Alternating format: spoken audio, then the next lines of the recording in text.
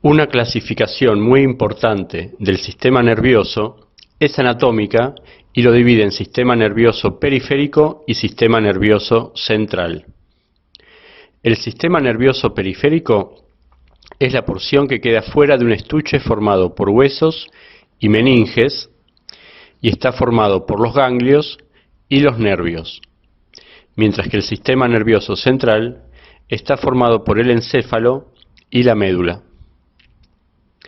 El encéfalo está compuesto por varios órganos y la médula se puede dividir en segmentos. Los ganglios pueden ser sensitivos o autónomos. Los ganglios autónomos simpáticos o parasimpáticos contienen somas de neuronas de las vías eferentes y en ellos ocurren sinapsis. Por los ganglios autónomos también pasan axones sin hacer sinapsis. Los ganglios sensitivos contienen somas de neuronas pseudounipolares, que como vimos tienen función sensitiva y están asociados a los nervios, y se encuentran bastante cerca del origen de los mismos. El otro órgano típico del sistema nervioso periférico es el nervio. Existen nervios craneales y nervios espinales. Los primeros son los que se originan del encéfalo y los últimos los que se originan de la médula espinal. El sistema nervioso central y el sistema nervioso periférico están unidos o conectados por axones que pasan de uno a otro sistema, por lo que no se puede estudiar completamente uno sin estudiar el otro. Por lo tanto, para estudiar los nervios tenemos que estudiar también mínimamente las porciones del sistema nervioso central de las que se originan dichos nervios. Entonces, para estudiar los nervios espinales, comenzaremos hablando de la médula espinal, que está formada por 31 segmentos. Cada segmento se define como la porción de médula que origina un par de nervios espinales. En el esquema se observan dos segmentos medulares y la formación de los nervios correspondientes. En un corte transversal de médula se encuentra, como en cualquier órgano del sistema nervioso central, sustancia blanca, sustancia gris y algún representante del sistema de ventrículos y conductos que contienen líquido cefalorraquídeo.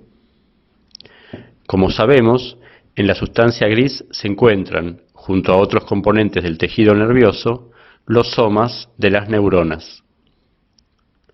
La sustancia blanca es periférica y forma cordones, mientras que la sustancia gris es central y se dispone formando astas, anteriores, posteriores y en algunos segmentos también astas laterales.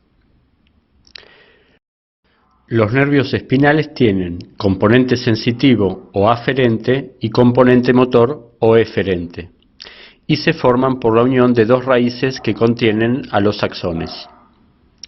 Cuando se estudia un nervio, se piensa principalmente en los axones, pero una pregunta interesante es cuál es la ubicación de los somas que originan esos axones. En el caso de los nervios espinales, el componente eferente o motor se origina en el asta anterior de la sustancia gris y los axones salen hacia adelante formando la raíz anterior. Estos axones pertenecen al sistema nervioso somático y van a hacer sinapsis con células musculares esqueléticas. En el caso del componente aferente, el axón pertenece a una neurona pseudounipolar que, como vimos, tiene función sensitiva exclusivamente y su soma se encuentra en un ganglio, es decir, el soma está en el sistema nervioso periférico. Recordemos que el axón de la neurona pseudounipolar se ramifica dentro del ganglio, dando una prolongación periférica y otra central. La ramificación periférica se dirige hacia las zonas sensibles, por ejemplo la piel, mientras que la ramificación central entra a la médula para hacer sinapsis con otra neurona. Este ganglio se denomina entonces ganglio de la raíz posterior. El nervio espinal se forma por la unión de dos raíces, Seguidamente, el nervio se divide en dos ramas, una anterior y otra posterior. Cada rama, a diferencia de las raíces, tiene ambos componentes, aferentes y eferentes. La rama anterior del nervio espinal es más gruesa porque tiene mayor cantidad de axones que la rama posterior. La rama anterior inerva más estructuras y con mayor densidad. Como ejemplos, el tacto de las manos tiene mayor resolución que el tacto de la espalda, o las unidades motoras de las manos son más chicas que la de los músculos de la espalda. El esquema de raíces y ramas, anteriores y posteriores, se repite para todos los nervios espinales. Lo mostrado hasta aquí corresponde al sistema nervioso somático, por lo que los axones aferentes llevan información de sensaciones conscientes como el dolor y la temperatura, y los axones eferentes llevan información a células del tejido muscular esquelético. Sin embargo, algunos nervios espinales llevan también información autónoma. Para esto, vamos a recordar que las respuestas que el cuerpo puede generar frente a cualquier estímulo son solamente contracciones de músculos o secreción desde las glándulas. Si los órganos efectores son los músculos esqueléticos, el sistema nervioso que lleva la inervación es el somático. Si los órganos efectores son músculo liso, músculo cardíaco o epitelio glandular, el sistema nervioso que da la inervación es el autónomo. La vía eferente somática tiene una sola neurona entre el sistema nervioso central y el órgano efector, mientras que la vía eferente autónoma tiene dos neuronas en serie que hacen sinapsis en un ganglio autónomo. Volviendo a los nervios espinales, los que salen de los segmentos comprendidos entre el primero torácico y el segundo lumbar, tienen axones que originan la vía eferente simpática. La primera de las dos neuronas de esta vía tiene el soma en el asta lateral de la médula espinal. Estos son los segmentos que mencionamos por tener una tercer asta lateral. Estos axones salen por la raíz anterior y se dirigen a ganglios que están a los lados de la columna vertebral, por lo que se llaman ganglios paravertebrales. El axón de la primera neurona puede hacer varias cosas una vez que llega a este ganglio. Entre ellas, hacer sinapsis con las dendritas de la segunda neurona de esta vía, cuyo axón es amielínico, a diferencia del primero, y volver al nervio espinal. De esta manera, se generan dos conexiones entre el ganglio simpático paravertebral y el nervio espinal. Una está dada principalmente por los axones de las primeras neuronas que son mielínicos, por lo que en fresco estos nervios se ven blancos y se llama rama comunicante blanca. La otra está dada por los axones amielínicos de las segundas neuronas que le dan un aspecto grisáceo y recibe el nombre de rama comunicante gris. Cabe aclarar que la rama comunicante blanca también tiene axones sensitivos que provienen de vísceras y pasan por el ganglio sin hacer sinapsis.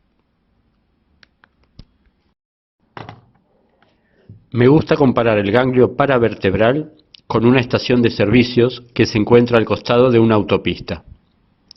Un vehículo puede seguir de largo por la autopista, el nervio espinal, o desviarse para entrar a la estación, por ejemplo, para cargar combustible o hacer sinapsis.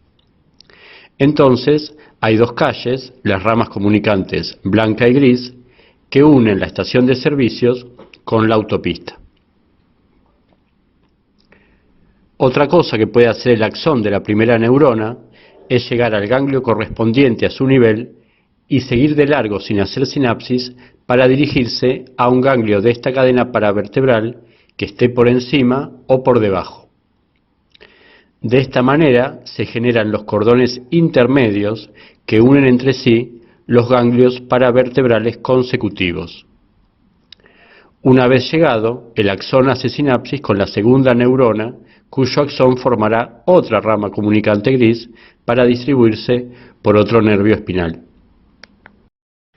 El axón de la primera neurona también puede seguir de largo en el ganglio de su nivel y dirigirse a alguno de los ganglios simpáticos que se encuentran delante de la columna vertebral y que por eso se llaman ganglios simpáticos prevertebrales. Una vez llegado, hace sinapsis. Los axones que se agrupan para ir de un ganglio paravertebral a otro prevertebral forman los llamados nervios esplácnicos. También es interesante otro caso que se relaciona directamente con el sistema endocrino. El axón de la primera neurona pasa por el ganglio de su nivel sin hacer sinapsis, sale por uno de los nervios esplácnicos, el esplácnico mayor, atraviesa sin hacer sinapsis un ganglio prevertebral y llega a la médula de la glándula suprarrenal. Allí hará sinapsis con dos tipos de células, las ganglionares o las cromafines. Por esta disposición y otras características embriológicas y funcionales, la médula de la glándula suprarrenal se considera análoga a un ganglio simpático. Algunos nervios espinales también tienen componentes de la vía eferente parasimpática. Son los nervios sacros segundo, tercero y cuarto. En este caso, no se llega a distinguir una tercera asta, los axones salen por la raíz anterior y se distribuyen por el nervio espinal hasta llegar a los ganglios parasimpáticos que están cerca de los órganos o directamente dentro de ellos. Con todo esto, vimos la formación del nervio espinal con sus componentes aferentes y eferentes, somáticos y autónomos. Vimos también los ganglios asociados a los nervios, los sensitivos que se relacionan con la raíz posterior y los ganglios autónomos, pudiendo explicar varias conexiones, por ejemplo entre dos ganglios y entre ganglios y nervios. Para comprender mejor estos temas, conviene estudiar más la anatomía del sistema nervioso autónomo y de los nervios craneales, y volver a ver este video para relacionar y comparar.